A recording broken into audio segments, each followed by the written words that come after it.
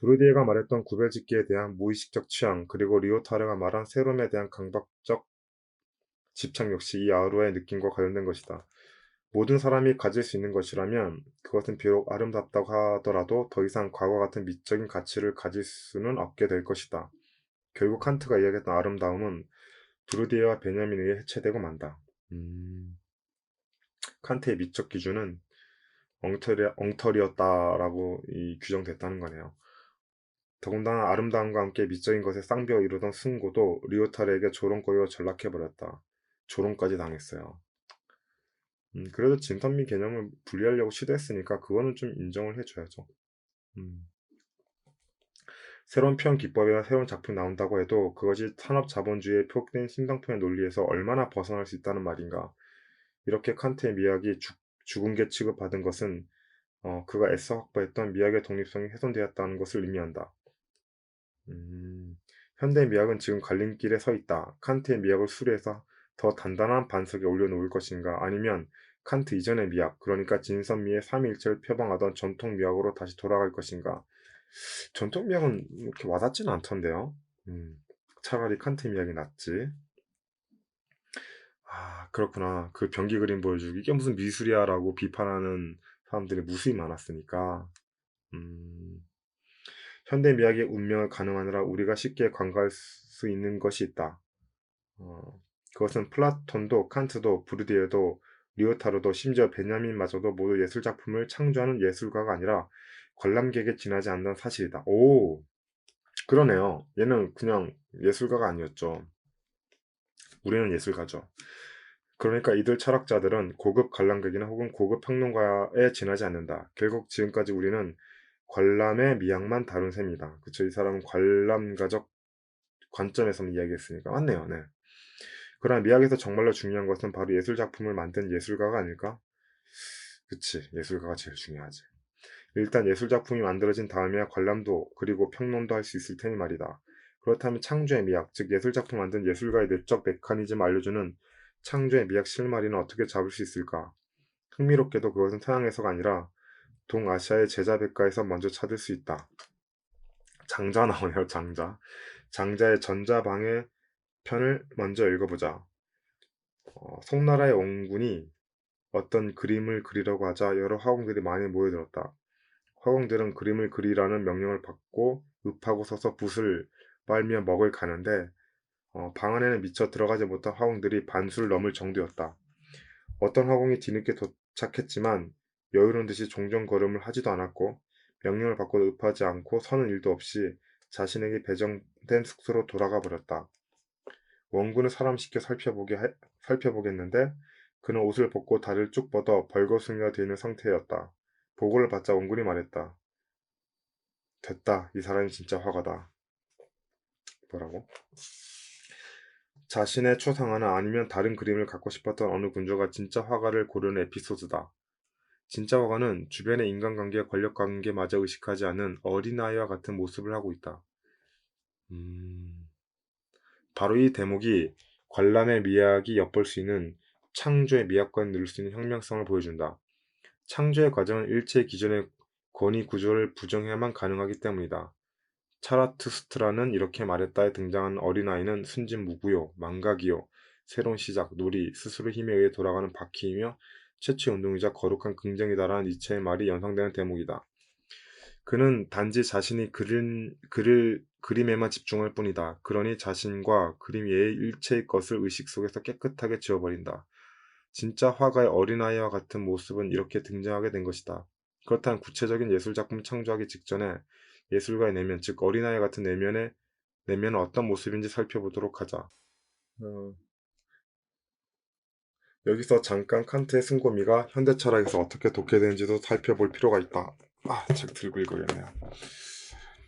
흥미로운 것은 브루디에가 칸트의 아름다움에서 부르주아 계급이 갖고 있는 무의식적 계급의식, 즉 구별짓기의 의식을 찾아냈던 것처럼 현대 철학에서는 칸트의 승고미를 통해 산업 자본주의의 논리를 찾아낸다는 점이다. 네. 이것이 바로 리오타르라는 현대 프랑스 철학자가 칸트의 승고미를 독해하는 방식이다. 리오타르라는 현대 프랑스 철학자가 철학자가 칸트의 숭고미를 독해한 내용이라네요.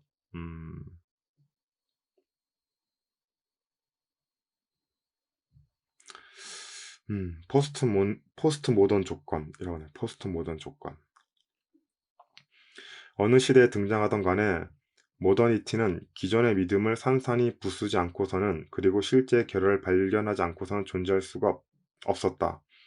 숭고는 상상력이 단지 원리적으로만 어떤 개념과 어울릴 수도 있는 어떤 대상을 표현할 수 없을 때 발생한다.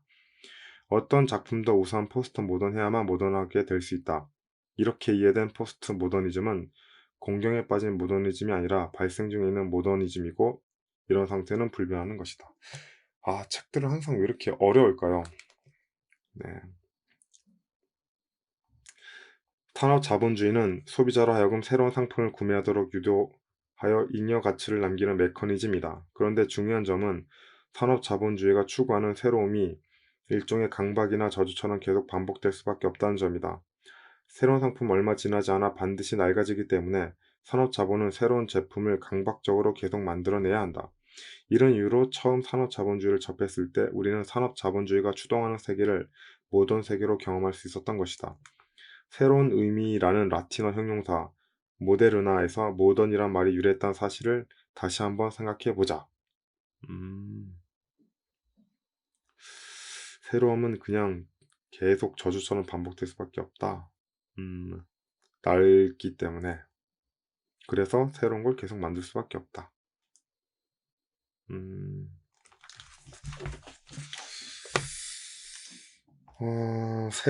모던이 새로운이라는 말이네요. 새로운. 과거에는 접하지 못했던 새로운 상품들이 백화점의 화려한 조명을 받으며 진열되어 있는 광경을 떠올려 보면 새로운 세계, 즉 모던 세계가 어떤 느낌으로 다가왔을지 어렵지 않게 짐작이 간다. 결국 모던 세계는 산업 자본이 만들어 놓은 새로운 상품이 무한정 펼쳐진 세계였던 셈이다. 네, 모던 세계가 그렇다네요. 흥미로운 것은 이런 사실이 산업 자본주의를 처음에 접했을 때만 한정되지 않는다는 점이다. 지금도 우리는 여전히 새로움이란 가치가 지배하는 사회 속에서 살고 있다. 결국 포스트 모던 세계에 살고 있다고 생각하지만 우린 여전히 모던을 지향하는 세계에 살고 있다고 볼 수 있다. 새로운 상품도 다른 새로운 상품이 나오는 순간 낡아질 수밖에 없다. 계속 새로워지지 않는다면 가치를 상실할 수밖에 없는 세계에서는 새로움의 강박증은 불가피한 법이다. 그래서 모던은 자신을 극복해야만 모던으로서 존재할 수 있게 된다. 리오타르가 이름이 어렵네. 리오타르. 어떤 작품도 우선 포스트 모던해야만 모던할 수 있다라고 얘기한 것도 이런 이유다. 이해되네요, 이제는. 모던은 포스트 모던해야만, 다시 말해 모던을 넘어서야만 역설적이게도 계속 모던한 것으로 유지될 수 있기 때문이다. 결국 모던의 핵심은 계속 새로움을 넘어서려는 강박증적 운동을 상징하는 포스트라는 단어에 온전히 함축되어 있다고 할 수 있겠다. 그런데 이와 같은 모던의 저주받은 강박증을 리오타르는 이제 칸트의 숭고미 개념과 연관시킨다. 칸트에게서 숭고란 상상력이 대상을 표현할 수 없을 때, 정확히 말해 너무 압도적이어서 그것을 표현할 수단이 없을 때 발생하는 미적인 감정이었다. 예를 들어 우리를 압도하며 엄청난 갱을 내면서 떨어지는 폭포, 혹은 수백 미터 수직으로 하늘로 솟구쳐 나를 압도할 것 같은 암벽 앞에 예기치 않게 마주쳤다고 해보자. 이 경우 우리는 그저 입만 벌리고 서 있을 수밖에 없다. 이 순간 우리는 숭고미에 사로잡혀 있는 것이다. 그러나 문제는 숭고미를 강제했던 폭포나 암벽을 두세 번 반복적으로 보았을 때 우리에게 찾아온다. 이제 더 이상 우리는 첫 번째 보았을 때 느꼈던 숭고의 감정을 계속 느낄 수 없기 때문이다. 그렇죠.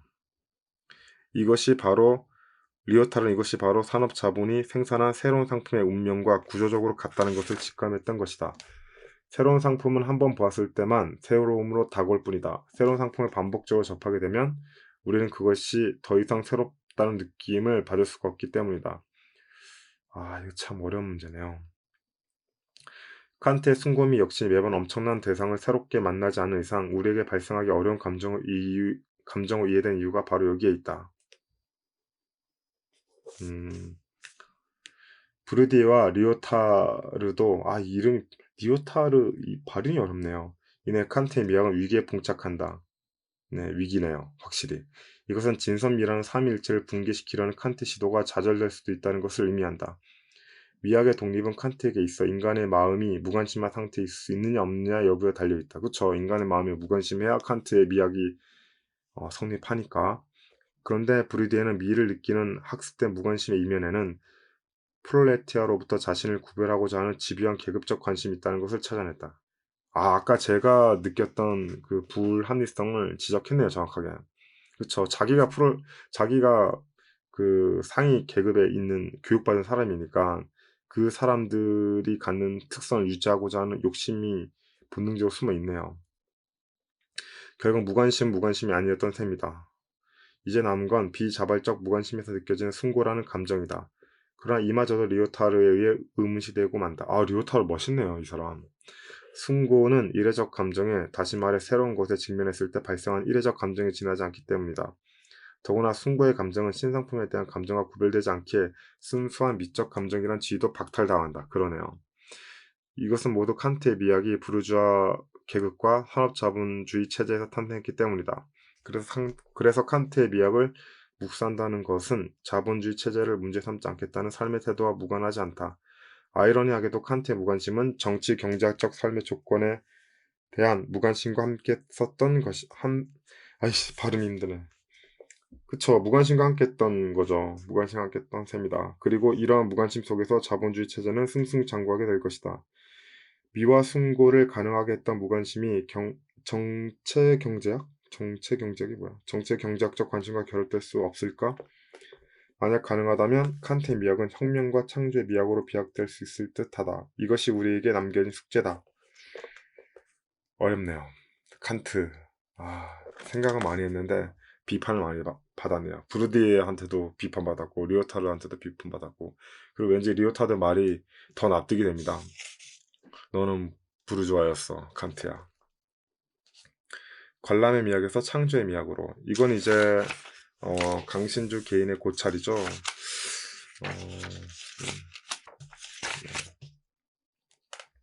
벤야민은 아우라의 상실에 대해 이야기했다. 아우라는 예술 작품의 반복 불가능성, 혹은 단독성에서 유리하는 유일무이하다는 느낌, 혹은 분위기를 의미한다.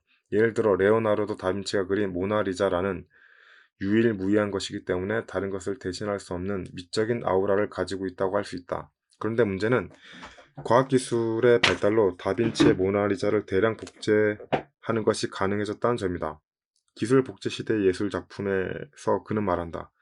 복제에서 빠져있는 예술 작품의 유일무이한 현존성을 우리는 아우라는 개념을 가지고 다음과 같이 요약할 수 있다. 즉, 예술 작품의 기술적 복제가 가능한 시대에 위축되고 있는 것은 예술 작품의 아우라다. 복제 기술은 복제품을 대량 생산함으로써 이례적 산물을 대량 제조된 산물로서 대체시킨다. 복제 기술은 수용자로 하여금 그때그때 계획적 상황 속에서 복제품과 대면하게 함으로써 그 복제품을 현재화한다. 이 두 과정, 즉 복제품의 대량 생산과 복제품의 현재화는 결과적으로 전통적인 것을 마구 뒤흔들어 놓았다. 베냐민의 지적은 날카롭다. 이제 모나리자는 유일무이한 것이 아니라 지나칠 정도로 많아진 셈이다. 티셔츠에 벽지 혹은 머그잔에 심지어 문신으로도 모나리자는 도처에 출몰한다. 이런 대량 복제 기술로 모나리자는 마침내 아우라를 상실하게 된 것이다. 바로 이 점에서 우리는 미적 가치의 문제에 대해 새롭게 생각할 실마리를 하나 얻을 수 있다. 칸트는 일상적인 관심과 이론적 관심을 떠나서 어떤 사물을 바라보았을 때 만족을 준다면 그것이 바로 미적 가치를 가진 것이라고 생각했다. 하지만 미적 가치의 문제가 그렇게 주관적인 차원만 갖는다는 것은 너무 소박한 생각이 아닐까? 오히려 미적 가치는 가치 일반이 가진 사회적 차원을 함축하는 것이라고 보아야 한다. 다시 말해 미적 가치도 교환 과정을 통해서만 생성되고 사라질 수 있다는 것이다.